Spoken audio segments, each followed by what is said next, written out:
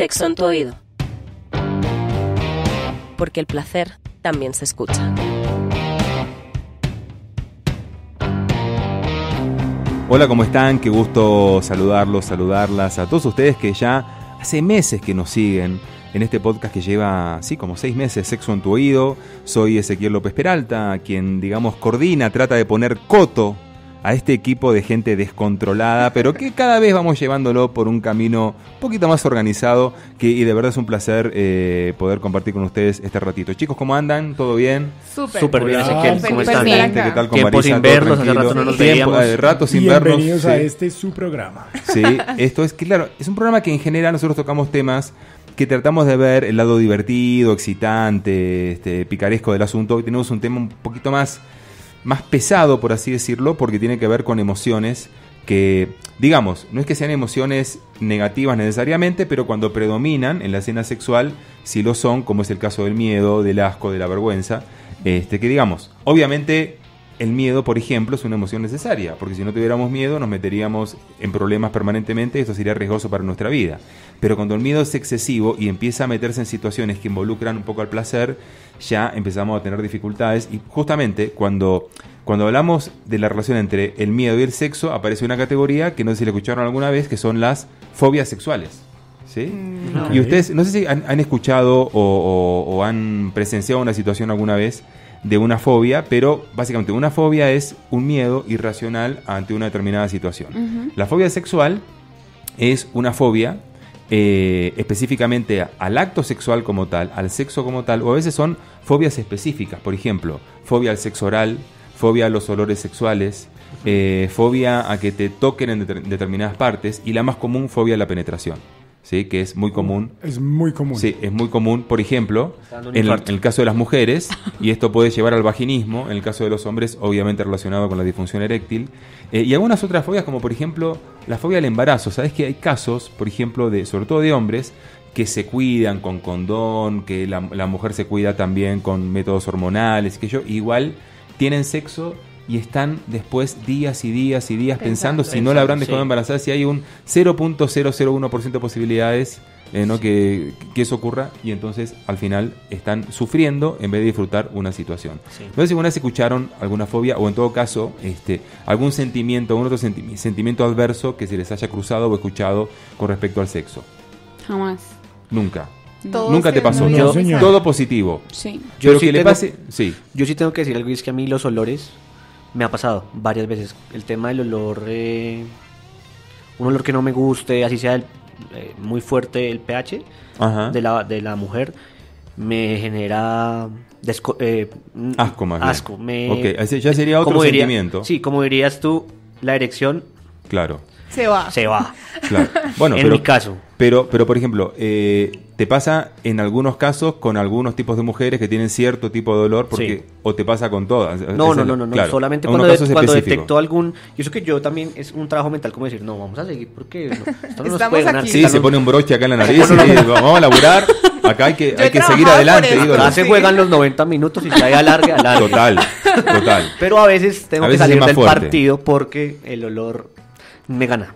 Claro, pero por ejemplo, está bien, en ese caso es un tema selectivo, ¿entendés? O sea, hay muchas situaciones donde vos, por ejemplo, haces sexo oral o lo que sea, y te da mucho placer, y hay ciertos tipos de humor o de olores que te resultan demasiado fuertes. Sí. Ok, pero otra cosa es la persona que cualquier tipo de olor sexual le provoca asco, pero asco inclusive hasta el punto de, por ejemplo, vomitar. Eso ya sería un extremo de una fobia que llaman aversiones sexuales. Cuando es el miedo mezclado con asco y genera unas reacciones realmente muy negativas y muy intensas, ¿entendés? Y que realmente son físicas, ¿no? En mi caso solamente relacionado con el tema de si es muy fuerte el olor que se produce en un momento, pero digamos el olor, a mí me gusta el olor a vagina, por ejemplo.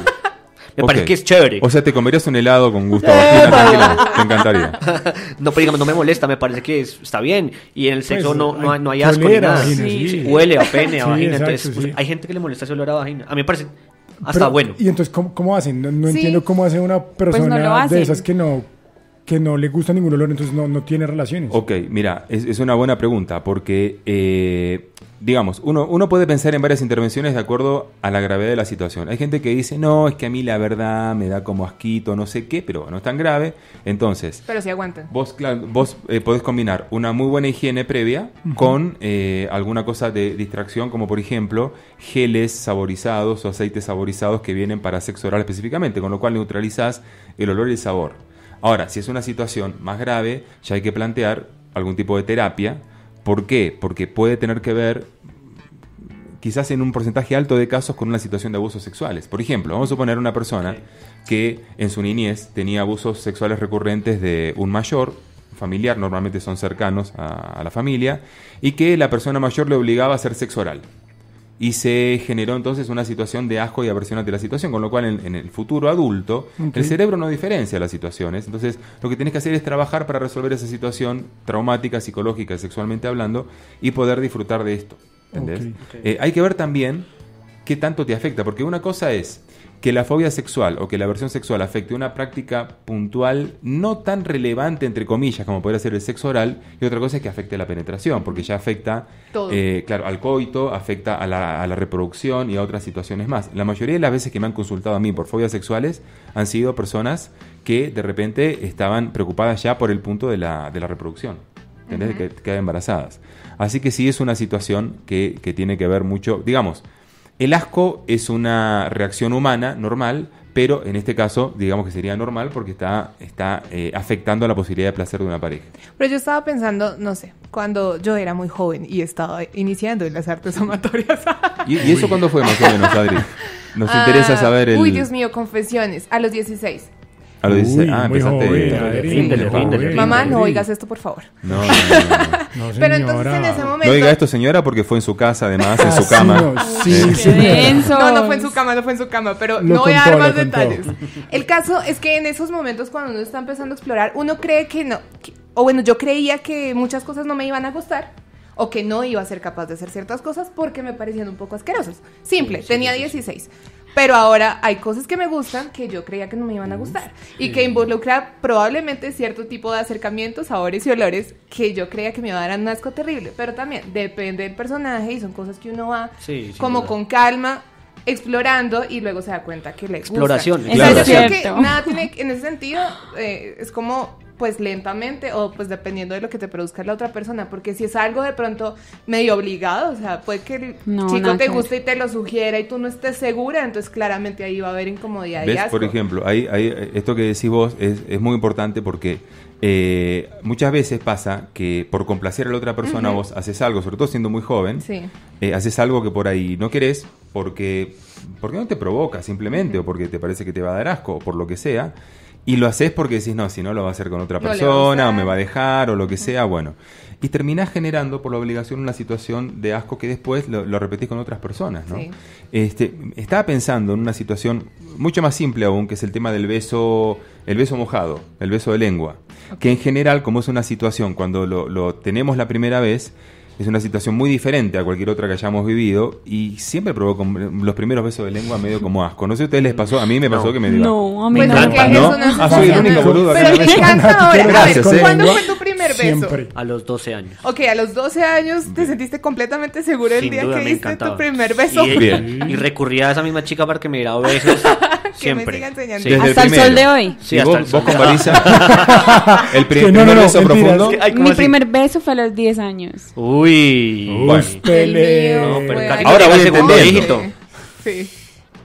Fue a los 10 años, no sabía muy bien cómo se hacía, pero también fue con un amiguito. ¿De tu edad o más grande? No, de mi edad, éramos unos niños. Nos dejaban solitos haciendo tareas y pues hacíamos las tareas. Fueron aprendiendo de cosas varias. Y ya uno se da cuenta como que no es así, es así. Sí. Y bueno, pues practicaron entre ustedes. Muy bien, muy bien. Bueno, qué suerte, buena experiencia. El mío fue a los 28 años. Ayer por la noche. Gracias. ¿Cómo te quiero? Decí que me lo dice para molestarme, ya me di cuenta. Qué bestia, bebé. No, pero gracias. Estamos trayendo cosas a otros podcasts. Si quieren retroceder para entender el chiste, van a tener que escuchar el podcast que hablamos de sonidos durante el sexo y eso. Y se van a reír, eso se los puedo asegurar. Sí, es verdad. Vale la pena. Pero sí, sea la edad que sea, me me dio asco, la verdad, con una novia que era más chica que yo, pero era más experimentada en el arte de besar y toda la cuestión. Y después me terminó encantando. En Argentina somos mucho de usar la lengua. A mí me ha pasado en Colombia, no sé si es las mujeres con las que estuve quizás, pero como que a muchas no les gusta tanto esa onda y entonces aprendí a autorregularme un poco, por lo menos al comienzo, pero allá es lengua, pero a lo bestia. Somos lenguarazos. No, pero no tanta tema cultural. Sí. Lo ahogan a uno, no. No, tampoco. Gente, la lengua no se mete hasta el fondo. Eso no se hace. Sí. Besen, por favor, con calma. ¿Hasta dónde sería? Pero a ver, si más o menos, sí, danos. Pues es que no sé. Es que siento otra vez, vuelvo a mi adolescencia, cuando uno está aprendiendo y es como, no se trata de llenarle babas la boca a nadie. Exacto. Sí. Por favor, chicos, si usted tiene 13 años y está escuchando este podcast, eso no es lo que tiene que hacer. Exactamente. Este podcast no se puede escuchar. Así no. Si no Esto es para mayores de edad.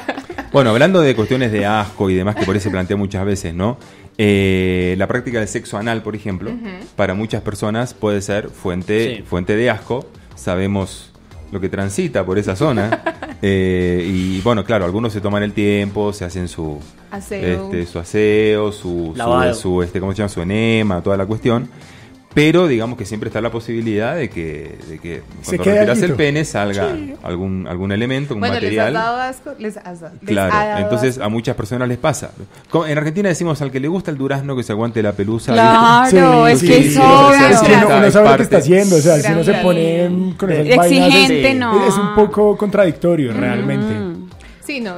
Hay que aceptar las cosas como son. Entonces tú puedes hacer la preparación previa, o puede que no, porque yo creo que muchas veces el sexo en la mayoría de las ocasiones no está planeado. Es casual, exacto. Entonces, si tú quieres que ella esté dispuesta a hacer ciertas cosas, pues mi amor, te aguantas. Sí, aguántate o asume el contexto, porque si no es hipocresía. No, sobre todo que ese tipo de cosas, sí, o sea, no se trata entonces de, ay, no, pues no me bañé en 3 días, aguántate porque sí, si tú querías no bañar, tampoco, pero sí creo que hay que tener en cuenta que a veces hay vainas que pasan y uno tiene que estar preparado para eso. Eso es parte de madurez también. Sí. Exactamente. Bueno, chicos, vamos a hacer una pausa. Al regreso vamos a hablar de otras emociones que a veces pueden afectar negativamente, como la vergüenza. Y vamos a hablar también de qué son las aversiones sexuales, cómo se pueden tratar, qué se puede hacer, a quién hay que consultar y demás. Así que vamos a una pausa, enseguida volvemos.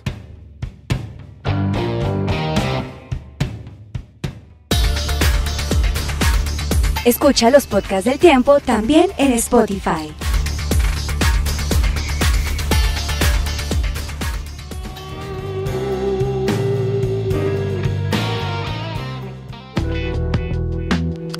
Hola, tengo una pregunta. Ustedes saben que todo el programa respondemos una pregunta que elegimos, o porque es una pregunta muy frecuente, o porque es una pregunta, al contrario, muy original y que nos llama la atención. Entonces, ustedes nos pueden escribir por aquí abajo en los comentarios, o me escriben a través de mi cuenta Cita con Ezequiel en Instagram, y entonces allí vamos recopilando la información y vamos seleccionando estas preguntas y también los temas que ustedes quieran tocar en próximos programas. Acá me preguntan, ¿son buenas prácticas el pegging entre parejas hombre-mujer? ¿Saben qué es el pegging? No. Ni idea. ¿Sí? Bueno, es algo por ahí. ¿El qué? Claro, ¿Qué? Pegging con doble G. Claro, es que son estos términos que en realidad hacen referencia a cosas muy comunes, pero se les ponen estas palabritas bonitas y demás. Agregadas. Es cuando la mujer le introduce al hombre heterosexual algo por vía anal. Normalmente cuando la mujer se coloca estos dildos con arnés y lo penetra como si fuera ella el hombre, por ejemplo. Ajá. Bueno, este tipo de práctica se llama pegging, ¿no? Entonces me preguntan si son buenas prácticas. Bueno, para definir si son buenas o son malas, hay un tema que acá decimos siempre, que es el tema del acuerdo. Si vos estás de acuerdo en hacerlo, él está de acuerdo en hacerlo, los dos lo van a disfrutar a su manera, no hay ningún problema. Sí, obviamente hay que tener en cuenta que es importante, como cada vez que introducís, ya sea el pene en el ano u otro tipo de elemento, hay que hacer un trabajo de dilatación gradual, de utilizar obviamente muy buen lubricante, colocarle un condón al dispositivo que utilices o hacer una muy buena higiene y obviamente también después una muy buena higiene. Así que tener en cuenta eso, entonces con eso evitas cualquier tipo de desgarro o de fisura anal o lo que sea, y obviamente lo van a disfrutar los dos, que es una práctica que puede ser parte de una práctica heterosexual hombre y mujer. No quiere decir que el hombre tenga otro tipo de orientación solamente por eso, ¿sí? Así que bueno, ya saben, este es el famoso pegging, un tema del cual hemos hablado y seguiremos hablando, solo que ahora le pusimos nombre a partir de la pregunta que nos hacen. No tenía bueno, ni idea del pegging. Estamos hablando de las emociones que afectan negativamente en el sexo. Hablamos del asco, dimos ejemplos, hablamos del miedo, dimos ejemplos, y tenemos otra emoción que es la vergüenza. Probablemente, iba a decir más común en la mujer. En el fondo, ahora lo estoy pensando. Porque, digamos, creo que en la mujer es más común la vergüenza en cuanto a exponer su cuerpo. Sí. En el hombre puede ser más común la vergüenza en cuanto a no rendir de acuerdo a lo que se espera, por ejemplo, o no tener el tamaño apropiado o lo que sea. No sé si ustedes han experimentado alguna vez una situación de vergüenza propia o haberla observado en otra persona. Estaba pensando, era que todos esos miedos están asociados con lo que se espera de las cosas que tienen que ser. Entonces, el miedo a la chica de desnudarse frente a un hombre tiene que ver con todas las inseguridades del contexto, de qué tan buena tiene inclusive con los mandatos sociales y la expectativa social que hay, claramente. Sin duda. Pero hay algo que dicen en una película, una chick flick, y es que si está una mujer desnuda al frente tuyo, eres el hombre más afortunado del mundo. Y siempre, eso será una frase muy boba, pero se me quedó muy metida en la cabeza. Y sí, o sea, si yo estoy dispuesta a desnudarme al frente tuyo, no me tiene que dar pena y él debería estar desagradecido. No, y tienes toda la razón. Gracias. Se le está contagiando lo argentino. Sí, mira, pero sí, yo creo que de pronto también en las primeras experiencias de pronto con una persona, pues siempre va a haber un poquito de pudor porque es el momento como de destaparte totalmente, pero creo que de ahí a que haya afectado alguna relación, no. Pero hay algo con que no coincido y es que todas las mujeres piensan así. Yo conozco muchos casos en los que son felices y no tienen ningún tipo total. De y ni siquiera hablamos de cuerpos perfectos, al contrario, y me parece genial.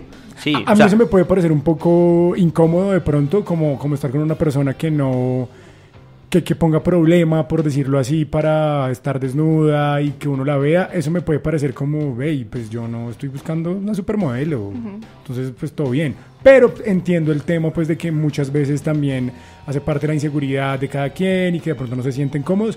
En mi caso, insisto, me puede llegar a parecer un poco matador de pasión. Sí, total, ¿viste? Cuando por ahí a veces pasa que la mujer empieza a agarrar la cobija y se tapa. Mi amor, estamos en Barranquilla, 44 grados de temperatura. ¿Tenés frío? No, ¿entendés?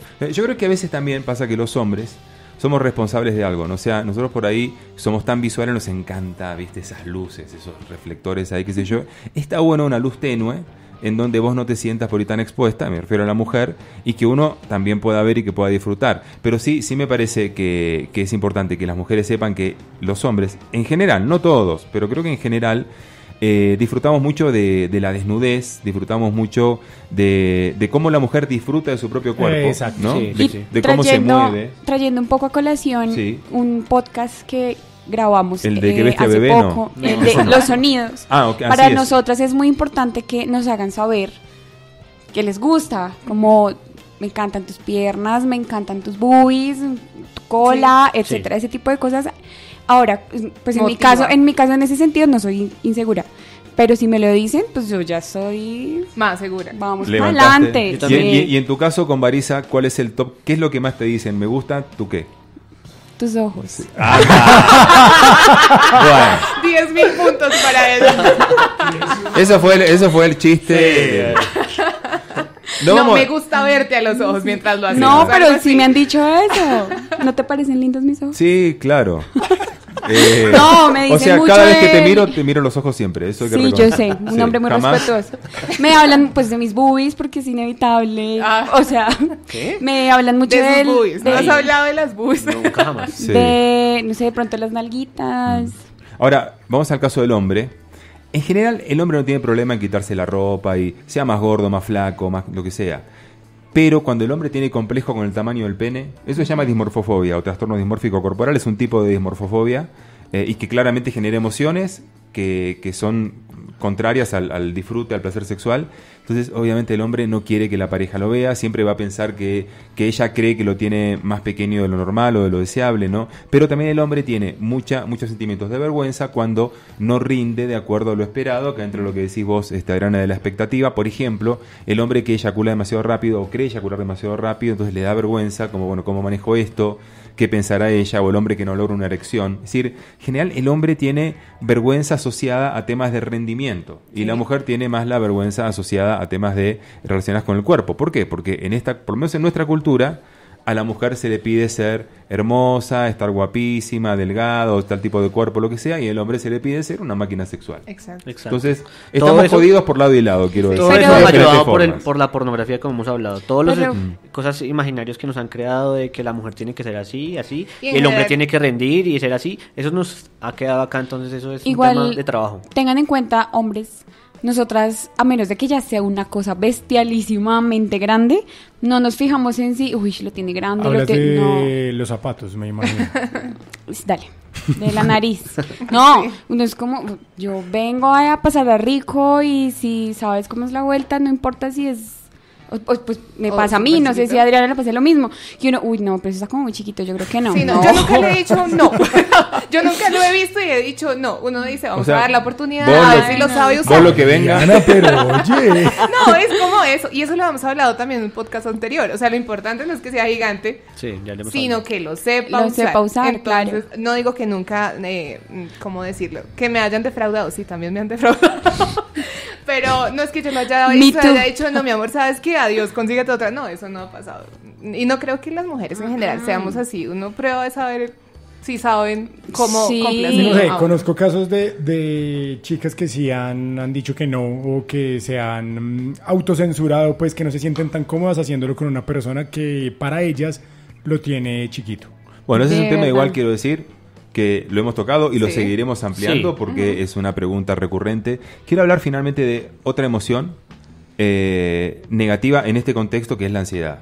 Cuando digo ansiedad me refiero la prisa, la preocupación por fallar, que suele pasar tanto en el hombre como en la mujer, un poco más en el hombre, y que obviamente la ansiedad genera lo que vos estás temiendo, ¿sí? Eso se llama en psicología profecía que se autocumple. O sea, vos temés que algo te pase y pensás tanto en eso que lo terminás provocando con tu mente. Claro, por ejemplo, vos temés cuando vas a estar con la chica hoy, o la chica, el chico, lo que sea, temés no tener una erección y estás pensando tanto en el tema y regulando tanto lo que pasa entre tus piernas que termina pasando porque hay una descarga de adrenalina, un exceso de conciencia cuando deberías liberarte y disfrutar y concentrarte en el estímulo, ¿no? Y entonces, ¿cómo hacen para combatir eso? Para dejar de pensar en que algo puede salir mal. En el que algo puede salir mal y pues dejarse llevar y que todo fluya. Mira, yo lo que siempre trabajamos sobre todo en terapia, damos algunos ejercicios de relajación para que por medio del control de respiración puedas bajar la ansiedad, y damos unas técnicas para que el hombre aprenda a focalizar su atención en el estímulo sexual.